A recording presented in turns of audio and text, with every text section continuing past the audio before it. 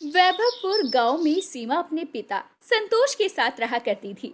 संतोष अक्सर ही बीमार रहा करता। वो गांव के ही एक कोने पर आलू पूरी का ठेला लगाया करता, जो कि बहुत अच्छा चलता था। लेकिन बीमार रहने की वजह से अक्सर वो अपना ठेला नहीं संभाल पा रहा था और कई दिनों तक ठेला बंद भी रखता। अब तो ये बीमारी मेरी जान ले ले तो ही अच्छा है। इस पीड़ा के साथ अब जिया नहीं चाहता। पिताजी, आप कैसी बातें कर रहे हैं? आपको कुछ हो गया तो मेरा क्या होगा? यही सोचकर तो मेरी जान अभी बची हुई है। एक बार तुझे पराया कर दूं, फिर चैन से मर सकूंगा। संतोष ये बोलकर अब अपने बिस्तर से उठने लगता है। तभी सीमा कहती है, ये आप क्या कर रहे हैं पिताजी? आपकी तबीयत इतनी खराब है, आप कहाँ जा रहे हैं सुबह सुबह? कहाँ जाऊंगा, मियाँ की दौड़ मस्जिद तक अपना ठेला लगाने के लिए जा रहा हूँ।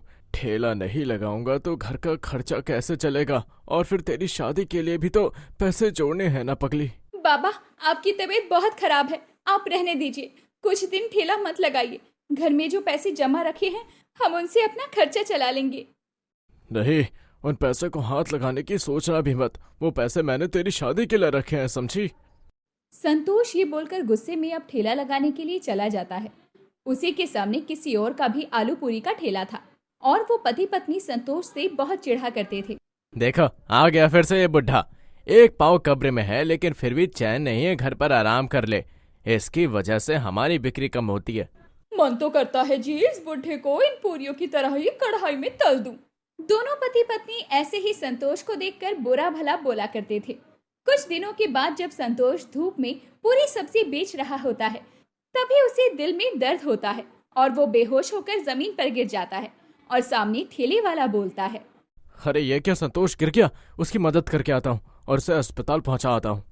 अजी, क्या जरूरत है आपको किसी की मदद करने की? रहने दो, हमारे रास्ते का कांटा ही हटेगा। अगर बुढ़ा टपक गया तो कोई जरूरत नहीं है उसकी मदद करने की। पत्नी ये बोलकर अपने पति को संतोष की मदद करने से रोक लेती है। कुछ देर के बाद में जब वहां से गुजरते लोगों की नजर संतोष पर पड़ती है, तो वो उसे वहां से लेकर अस्पताल जाते हैं। जैसे ही ये बात सीमा को पता चलती है, तो सीमा भी भागी भागी अपने बाबा के पास जाती है। बाबा, आपको मना किया था ना कि कुछ दिनों के लिए ठेला मत लगाओ, लेकिन आप भी कितने जिद्दी हो। आपने मेरी बात नहीं सुनी, पड़ गए ना बीमार। आपके सिवा मेरा है ही कौन? अब मैं क्या करूंगी? सीमा बहुत रोने लगती है, जिसके बाद में डॉक्टर आता है। सीमा जी, दरअसल आपके पिताजी को स्ट्रोक आया है और उनकी हालत अभी ठीक नहीं है। उन्हें कुछ दिन बिस्तर पर आराम करने की जरूरत है और उनके दिल में एक तार डालनी पड़ेगी, जिसके लिए आप 2 लाख रुपए जमा कर दीजिएगा। डॉक्टर साहब, 2 लाख तो बहुत बड़ी रकम है। इतने सारे पैसे मैं कहाँ से लेकर आऊंगी? आप कहाँ से लेकर आएंगे ये जिम्मेदारी हमारी नहीं है, लेकिन अगर पेशेंट की जान बचानी है तो 2 लाख रुपए हमें चाहिए ही हैं। डॉक्टर ये बोलकर वहां से चला जाता है, जिसके बाद सीमा बहुत रोती हुई घर आती है। तभी उसे अपने घर में अपनी शादी के जमा किए हुए पैसे नजर आते हैं और वो उन पैसों को गिनती है। 50,000, 55,000, 2 लाख, 2.5 लाख। ये तो पूरे 2.5 लाख रुपए हैं। 2 लाख रुपयों में पिताजी का इलाज हो जाएगा और बचे हुए 50,000 से घर का खर्चा चल जाएगा। वैसे भी इलाज के बाद भी पिताजी की दवाइयां लानी होगी। 2 लाख रुपए सीमा हॉस्पिटल में जमा करवा देती है और 50,000 अपने पास रख लेती है, जिसके बाद में अब सीमा खुद जाकर आलू और पूरी का ठेला लगाने लगती है। अब बाप गया तो बेटी आ गई। ना जाने ये दोनों हमारी कुंडली में राहु और केतु बनकर कब तक बैठे रहेंगे। एक जाता है तो दूसरा आ जाता है। तो वहीं दूसरी तरफ सीमा अपने मन में कहती है, जब तक पिताजी ठीक नहीं हो जाते, मुझे जल्द से जल्द सारे पैसे वापस जमा करवाने होंगे, वरना मेरे पिताजी मुझ पर बहुत गुस्सा होंगे। जब उन्हें ये पता चलेगा कि मैंने शादी के पैसे खर्च कर दिए, मुझे इस व्यापार में कुछ बदलाव करना चाहिए। सीमा सुबह से शाम तक सोचती है कि उसे व्यापार में क्या बदलाव करना चाहिए, और उसके बाद वो अनाज मंडी से और सब्जी मंडी से तरह तरह की सब्जियां और सामान उठाकर लाती है और उसके बाद में अपनी दुकान के बाहर एक पोस्टर लगा देती है। वो एक दिन में 4 तरह की सब्जियां पूरी के साथ बेचने लगती है। ये देखकर ग्राहक उसकी दुकान पर बढ़ने लगते हैं। अरे क्या बात है सीमा बहन, 4 सब्जियां बेचती हो तुम तो। एक काम करो, मुझे मटर पनीर के साथ थोड़ी पूरी दे दो, मुझे बहुत पसंद है, पर आसपास कोई बेचता ही नहीं है। ठीक है भैया, अभी देती हूँ। अब से मैं रोज 4 सब्जी के साथ पूरी बेचा करूंगी। इसके बाद में सीमा उस ग्राहक को उसका खाना दे देती है। ऐसे ही उसकी दुकान पर भीड़ उमड़ आती है। ये सब देखकर अब सामने खड़े पति पत्नी को बहुत ज्यादा गुस्सा आता है और पत्नी कहती है, ये लो जी, आप मेरी चूड़ियां पहन लो, क्योंकि वैसे भी आपसे कुछ होने वाला तो है नहीं। अब मैं ही इस बाप बेटी की लंका में आग लगा कर आई। जहां सीमा के पिता अस्पताल में भर्ती थे और सीमा दुकान पर थी, तो वहीं अब सामने की ठेले वाली औरत सीमा के घर जाती है, जहां पर सीमा ने बहुत सारे आटे की बोरियां रखी हुई थी। अब वो औरत जलन में उस आटे में पिसी हुई चीनी मिला देती है, और वो भी बहुत सारी मात्रा में, और वापस आ जाती है।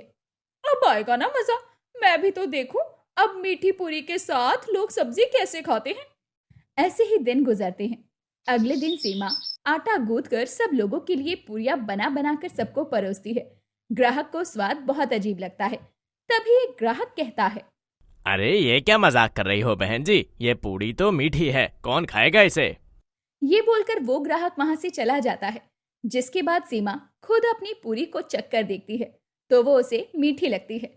उसने जितना भी आटा गूंथा था वो सारा मीठा होता है। वो बहुत ज्यादा हताश निराश होकर रोने लगती है। तभी वहां एक औरत आती है और कहती है, अरे बहन जी, जरा एक प्लेट पूरी छोले तो लगाना।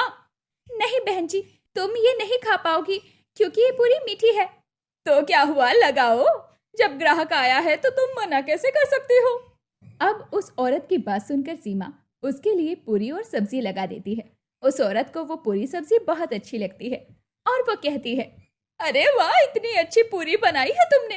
पूरी और सब्जी अच्छी लग रही है। पूरी जहाँ मीठी है तो वहीं सब्जी तीखी है। खाकर आनंद आ रहा है, तीखी सब्जी और मीठी पूरी का। उस औरत की बात सुनकर आसपास से जाते हुए कई लोग भी उसके ठेले पर आते हैं और उसकी मीठी पूरी के साथ सब्जी खाते हैं। कुछ लोगों को वो पसंद आती है तो कुछ लोगों को वो पसंद नहीं आती, लेकिन ज्यादातर लोगों को ये मीठी पूरी बहुत पसंद आती है और धीरे धीरे उसकी दुकान पर भीड़ हो जाती है। कुछ ही दिनों में मीठी पूरी बेचने वाले के नाम से वो फेमस हो जाती है। लो आ गया साथ, अब ये चूड़ियां तुम ही पहनो। बड़ी गई थी ना उसकी लंका जलाने के लिए, लेकिन देखो खुद ही बर्बाद होकर आ गई हो। क्या जरूरत थी उसके आटे में चीनी मिलाने की। देखो अब उसकी दुकान कितनी बढ़िया चल रही है। अजी, मुझे क्या पता था कि ये लोग मीठी पूरी भी इतने स्वाद से खाएंगे। क्यों ना हम भी अपनी मीठी पूरी बेचें। इसके बाद वो पति पत्नी भी अब पूरी को मीठा कर देते हैं। तभी एक बुढ़िया आती है और उन पति पत्नी से मीठी पूरी जैसे ही खाती है तो खींच कर पहले ठेले वाले को तमाचा मारकर कहती है, नास पीटे, आग लगे तेरे, सत्यानाश हो तेरा। मुझे शुगर है और तू मुझे मीठी पूरी खिला रहा है। कम से कम यहाँ पर एक बोर्ड तो लगा दे कि यहाँ पर मीठी पूरी मिलती है। दोनों ने होड़ में बोर्ड लगाना सोचा ही नहीं था। इसके बाद में वो पति पत्नी अपना ठेला कहीं और लगाने के बारे में सोचते हैं और सीमा ऐसे ही बढ़िया सी अपनी दुकान चलाती रहती है। उसके पिता 10 दिन में डिस्चार्ज हो जाते हैं, लेकिन सीमा 10 दिन में 1 लाख रुपए ही जमा कर पाती है। पिताजी, आप घर आ गए, मुझे बहुत खुशी है। आपको पता है आपकी दुकान बहुत अच्छी चल रही है। मुझे सब पता है मेरी बेटी। हमारे जितने भी पड़ोसी मेरे हाल चाल पूछने के लिए अस्पताल आते थे, उन्होंने मुझे सब बता दिया है कि तूने कैसे कैसे क्या क्या किया। पर मुझे माफ कर दीजिए पिताजी, आपके इतने सालों से जुड़े हुए पैसे जो आपने मेरी शादी के लिए रखे थे, मैंने वो खर्च कर दिए आपके इलाज में। पिताजी, मेरी शादी तो कभी भी हो जाएगी, लेकिन मेरे लिए सबसे ज्यादा जरूरी तो आप हैं। अगर मेरा बेटा भी होता तो मेरे लिए इतना नहीं कर पाता। सच में मुझे तुम पर नाज है मेरी बेटी, सच में। ये बात सुनकर सीमा की आंखें भर आती है और उसे रोता हुआ देखकर संतोष कहता है, अरे पगली, अब रोती ही रहेगी कि अपने बाप को भी मीठी पूरी सब्जी खिलाएगी। अभी लाती हूँ पिताजी। जिसके बाद सीमा अपने पिता संतोष के लिए और अपने लिए मीठी पूरी और सब्जी लेकर आती है और संतोष भी उसे खाकर बहुत तारीफ करता है। अब संतोष और सीमा दोनों मिलकर अपनी मीठी पूरी और सब्जी का ठेला बहुत बढ़िया से चलाते हैं और फिर संतोष कुछ ही सालों में धूमधाम से सीमा की शादी कर देता है और वो खुशी खुशी अपना घर बसाती है।